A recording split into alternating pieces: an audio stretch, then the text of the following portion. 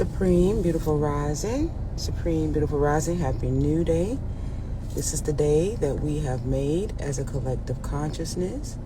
So we must be glad and rejoice in it.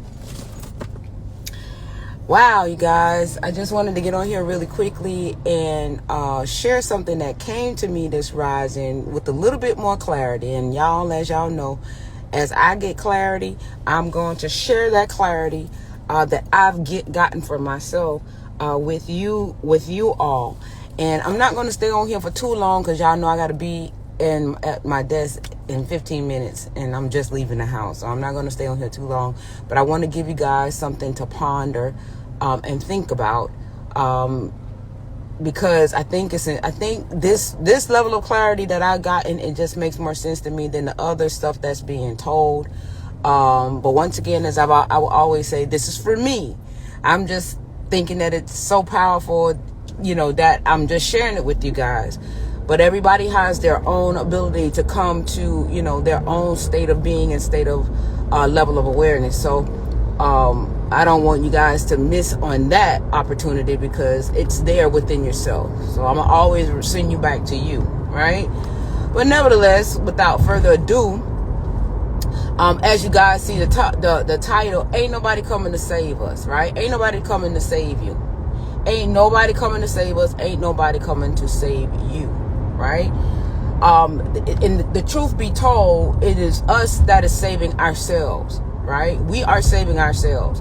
And one may say, well, how do you save yourself? If nobody is coming out of the sky or whatever the case may be to come and save us, then what is this energetic anomaly that is taking shape and form that makes it look like, we're about to become rescued or whatever the case may be?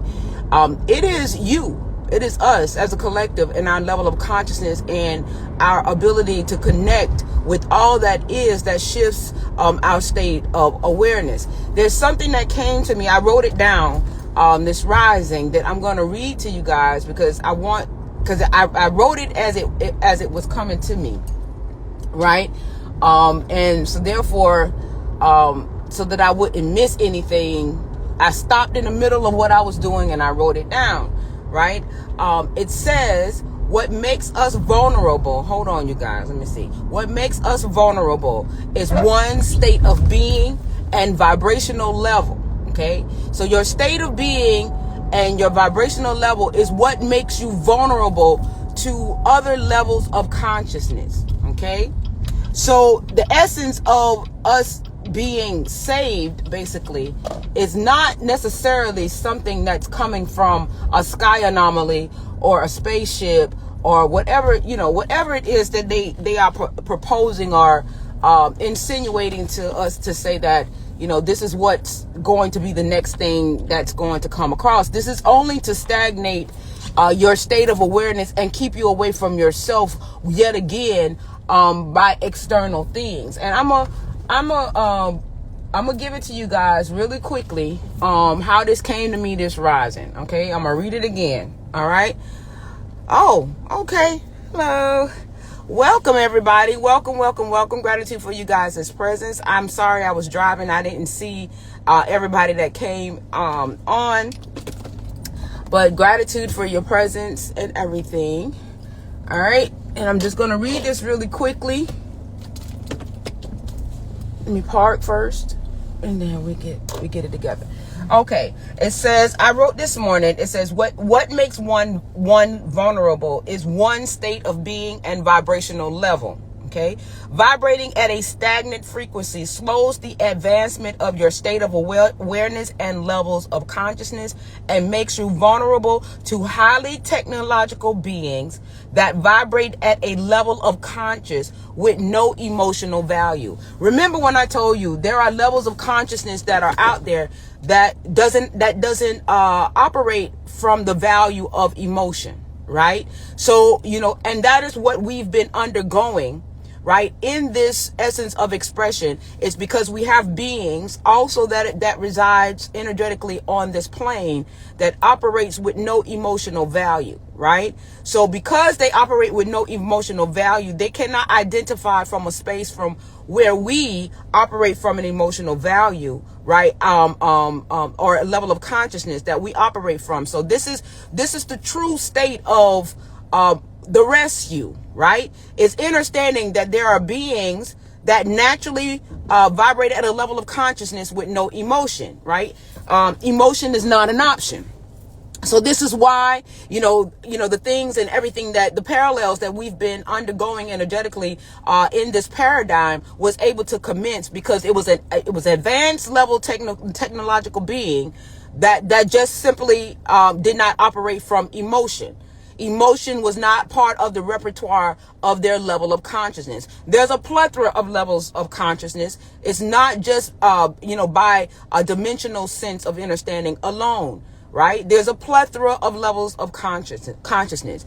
And there are beings that are on this plane that just simply don't operate from an emotional value. And so therefore, but they're still highly technological beings, because their advancement of a state of awareness it's just that it doesn't have the value of emotion, an emotional component to it. Right? They operate without the emotional component to it, but that doesn't negate the fact that they're still advanced technological beings, right? That still have an understanding of how to manipulate energy and different things of that nature. So the saving grace is not some sky anomaly coming out of the sky. The saving grace is expanding your levels of consciousness, right? Outside of the parameter that keeps you dense in operation, where you're not advancing technologically, because many of you are afraid of technological advances, and it's because of the technological advances why we are moving at a stagnant level of consciousness, right? That's the reason, because the emotional componency to it, and the emotional componency to it is that you're looking for somebody to save you.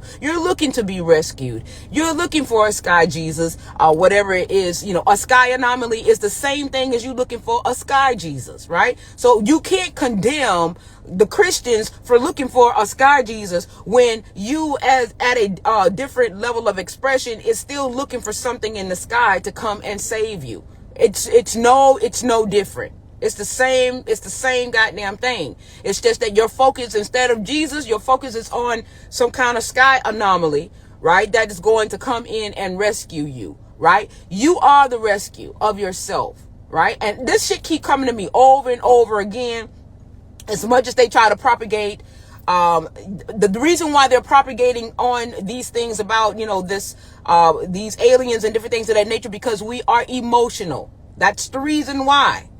We are emotional creatures, and you have to check your emotions. You got to pick, choose, and refuse when is a good time to use your emotion, because if you begin to move and operate from a perspective that once again takes you away from yourself and keeps you from within, it's no different than you being a Christian believing in Jesus and Jesus coming down to save you. You don't have the ability to, the essence of the Savior is the Savior that is within yourself, right? And advancing in a level of consciousness and putting a lot of things in check that keeps you from the expansion of your consciousness in a level of awareness that at least make you technologically advanced enough to say, okay, well, I still see where you are going. It's just that you are emotionless and we are emotional, right?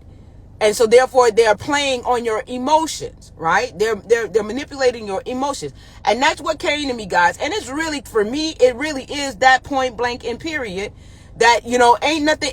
But I will say this, we are creators, right? And if you want to go to a parallel world where all of these possibilities exist, because the thing about you being the power that is vested within you, all the possibilities exist. And this is why I say, if you're looking for a sky anomaly, you're going to see one, because there's a parallel world that you can transfer your consciousness to where that exists. If you're looking for people to die and burn up and this and that or whatever, there's a parallel world where that relative reality will come into fruition, where you could transfer your level. The thing about it is that we've always been multidimensional. We've always been moving in a physical sense in a parallel world where that reality resides energetically, vibrationally, and in frequency while still being housed physical in this physical expression, and still having your character players around you, your mother, your father, your sister, your brother, and everything, or whatever, because you are always with yourself. So wherever your thought goes, there's a version of this scene somewhere in a parallel world that is going to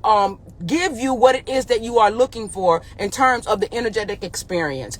Y'all, this is what came to me. Now, I know this might sound strange and unusual, as normally as it does with me, because I know I'm a bit on the odd side of things. But as I begin to understand that aspect from that perspective, it changes the game for me, because I'm not looking for no sky anomaly. I'm not looking for nothing to come and save me. What I'm looking for is to expand my level of consciousness, where I can energetically ascend into a level of consciousness where none of this exists, right? None of this barbaricism and,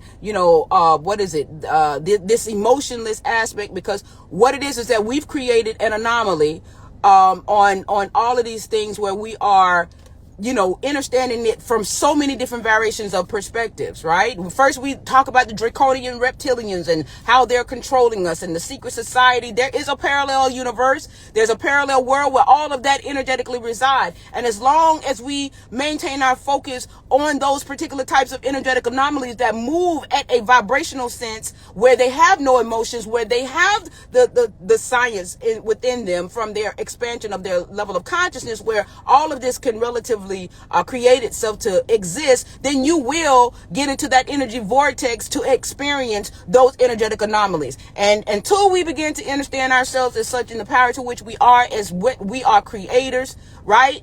Oh, shit. Thank you, sis.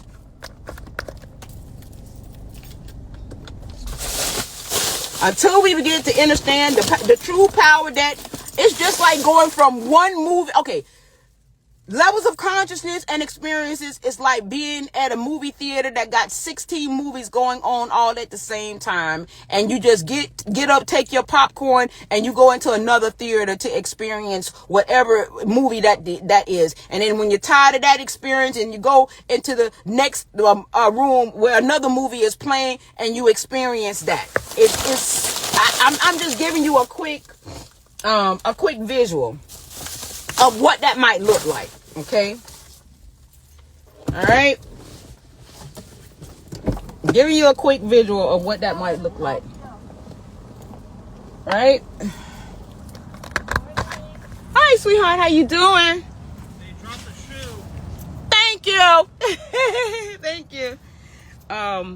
So that's what it is. And so what the forces that we're dealing with right now in terms of the energies and within this vortex is simply levels of consciousness without emotion, right?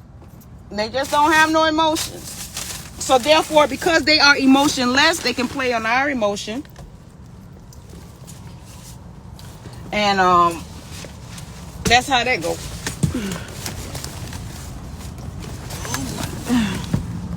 Woo! Lord, y'all, my dress is all caught up between my legs, showing all my glory, showing my glory, Jesus. Lord have mercy. All right. Hey, good morning. Showing all my glory, y'all. Okay. Hi, Mary. Hey, y'all. How y'all doing? Supreme beautiful rising to you guys. I just wanted to just put that out there really quickly because, shit. It just came to me, and I wrote the thing down. I was in the middle of taking a shower this rising, and the thing came to me, and I had my phone there, and I just jumped soaking wet to write that information down. It just came to me just like that, and I said, all right, well, if that so be the case, then I'll share it. It takes us out of victims. It takes us, once again, it shifts us out of victim consciousness. Because when you look for someone to come and save you, you're saying that you are a victim of something, and you're not. You are a creator of something. You're actually creating your victimhood. All right? You're still creating your victimhood because you're moving at a level of consciousness which is you're saying that you want to experience victimhood. So when you begin to look at shit, things from sky anomalies and everything like that, there is a parallel universe where all of this resides. There's infinite possibilities, infinite possibilities, infinite. You can create what energy. So if we wanted to vibrate out of the vibration of dealing with, thank you. Hello, everyone. Ooh. If we wanted to vibrate out of the vibration of thinking about dealing with this emotionless level of consciousness, we can. You just got to be aware that that's what it is.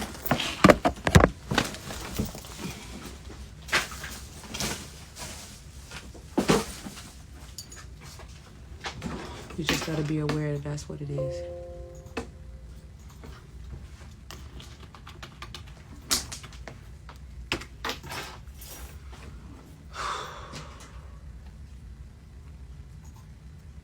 Okay.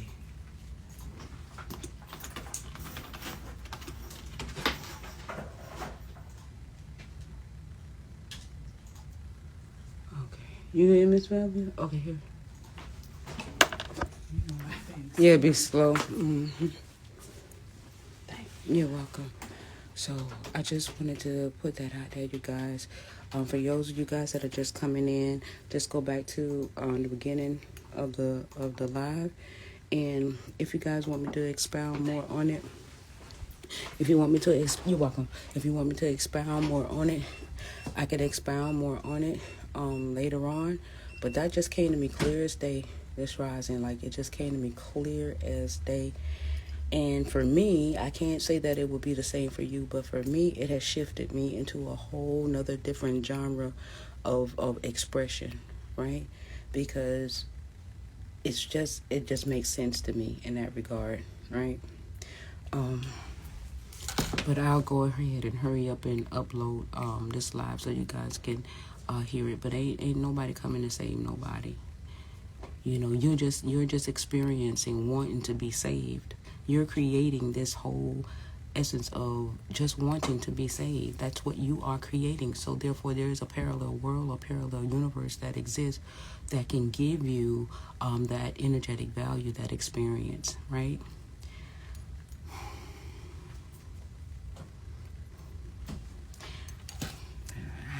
That's all I had to say. All right. I love you guys. Talk to you guys later.